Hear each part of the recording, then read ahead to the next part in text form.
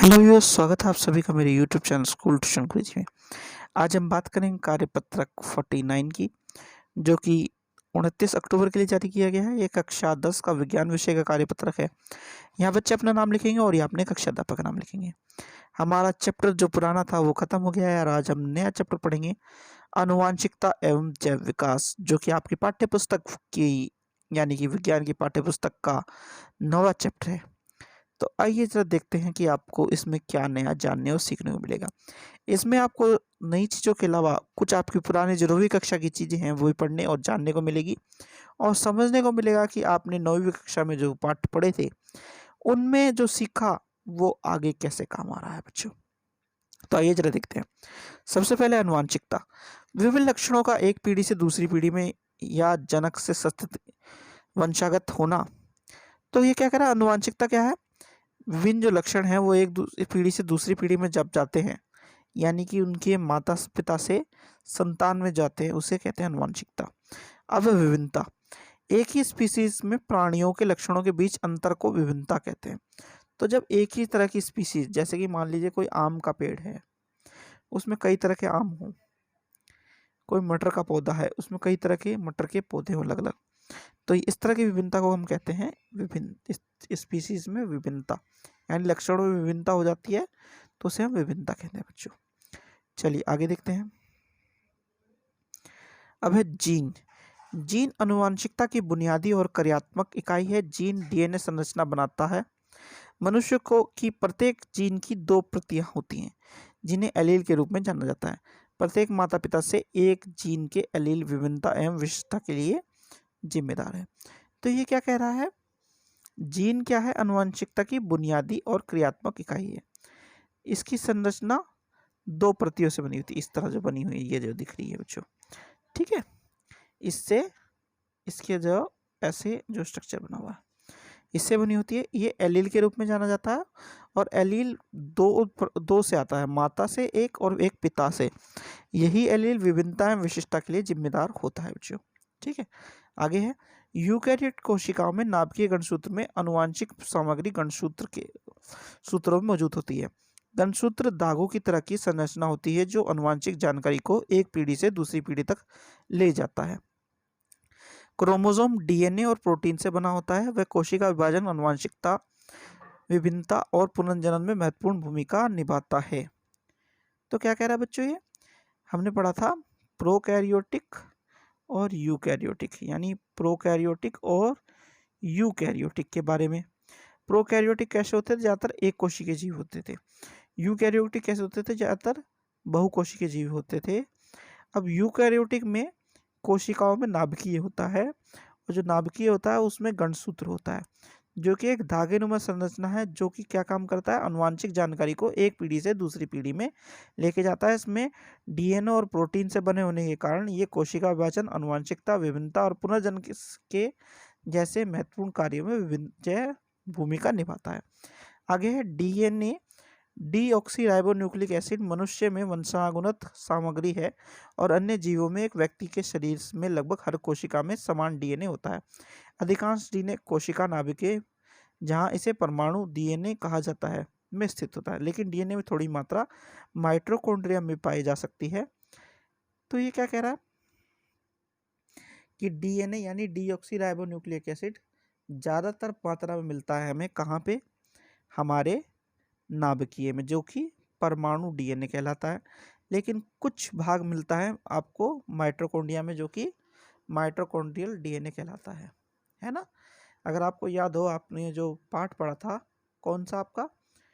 कोशिका वाला, यानी कक्षा 9 में, उसमें हमने जब कोशिकांग पढ़ा था तब ये बात पढ़ी थी बच्चों। आगे है, लक्षण एक जीव की एक विशिष्टता है। लक्षण जीन या पर्यावरण द्वारा निर्धारित किए जा सकते हैं। तो लक्षण क्या है? एक जीन की विशिष्टता बताते हैं और ये लक्षण कैसे या जीन के पर्यावरण के द्वारा निर्धारित किए जा सकते हैं बच्चों। अब आगे क्या है देखते हैं। आगे है, जनन के दौरान विभिन्नता का संचयन। तो जनन के दौरान विभिन्नता का संचयन कैसे होता है देखते हैं। पूर्ववर्ती पीढ़ी से वंशागति संतति को एक आधारित शारीरिक अभिकल्प, डिजाइन एवं कुछ विभिन्नताएं प्राप्त होती हैं। दूसरी पीढ़ी में पहली पीढ़ी से आहरित विभिन्नताएं एवं कुछ नई विभिन्नताएं उत्पन्न होती है। चित्र 1 में उस स्थिति को दर्शाया गया है जबकि केवल एकल जीव जनन करता है, जैसा कि अलैंगिक जन्म में होता है। यदि एक जीवाणु विभाजित होता है तो परिणामतः 2 जीवाणु उत्पन्न होते हैं, जो पुनः विभाजित होकर 4 विशिष्ट जीवाणु उत्पन्न करेंगे, जिनमें आपस में बहुत अधिक समानताएं होंगी। उनमें आपस में बहुत कम अंतर होगा, जो डीएनए प्रतिकृति के समान न्यून त्रुटियों के कारण उत्पन्न होगा। परंतु यदि लैंगिक जन्म होगा तो विविधता अपेक्षाकृत और अधिक होगी। तो पहली चीज ये बता रहा है कि इस चित्र को तो कह रहा है कि अगर एक कोशिकीय जीव हो और उसमें अलैंगिक जनन हो तो क्या होगा, जो डीएनए होगा वह कैसे विभाजित होगा, वो विभाजित होकर के बिल्कुल न्यूनतम त्रुटियों के द्वारा बना हुआ होगा और उसका एग्जैक्ट यानी एकदम सटीक फोटोकॉपी होगा उसके जैसा, बिल्कुल उसमें कोई अंतर नहीं होगा। लेकिन अगर लैंगिक जनन होगा तो हमें पता है कि एक माता का रहेगा और एक पिता का रहेगा डीएनए में भाग।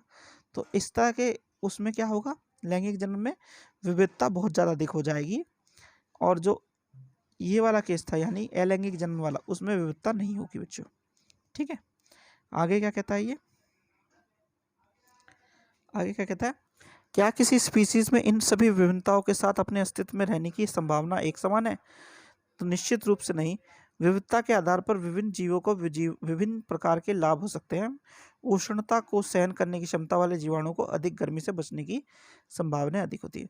तो ये क्या कह रहा है कि हर स्पीसीज में क्या इस तरह की विभिन्नताएं आसानी से अस्तित्व में आ सकती हैं?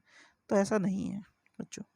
ऐसा तभी संभव है जब उस स्पीसीज को उस तरह की प्राकृतिक कंडीशंस मिल जाएं। जैसे कि ये उदाहरण दिया इसने कि अगर जीवाणु में उष्णता सहन करने की क्षमता है, तो अगर उसमें इस तरह की क्षमता है तो अधिक गर्मी में भी उसमें बचने की क्षमता होगी हर हाल में।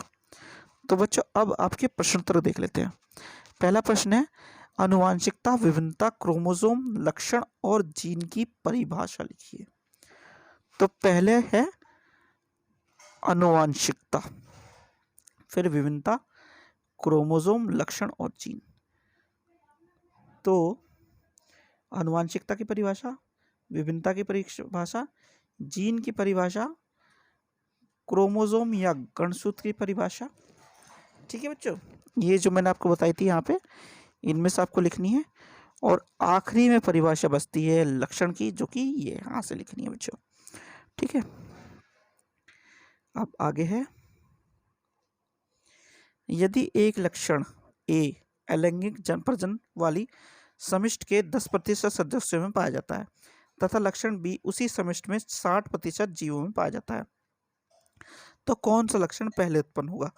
तो हम लोगों को याद है, अभी मैंने बताया था आप लोगों को, कि जब अलैंगिक जनन होगा तो जो डीएनए रहेगा वो सेम कॉपी रहेगा, सेम बिल्कुल ऐसी प्रतीकात्मक कॉपी बनेगा और उसमें न्यूनतम त्रुटियां होंगी। तो जब न्यूनतम त्रुटियां होंगी और 10% कोई क्या है लक्षण दर्शा रहा है, उसमें ए जो लक्षण है अलैंगिक जनन में 10% दर्शा रहा है और बी में 60% दर्शा रहा है, तो 60% ज़्यादा है, ये कम है, तो ऐसी कंडीशन में बी ही ज़्यादा द्वारा दर्शाया जाएगा बच्चों। ठीक है बच्चों, तो बच्चों ये तो होगी आपकी वर्कशीट कंप्लीट और अब वीडियो भी। आशा करता हूँ आपको वीडियो अच्छी लगी होगी। अगर वीडियो अच्छी लगी हो तो चैनल को सब्सक्राइब करें, वीडियो को लाइक करें, शेयर करें। Thank you.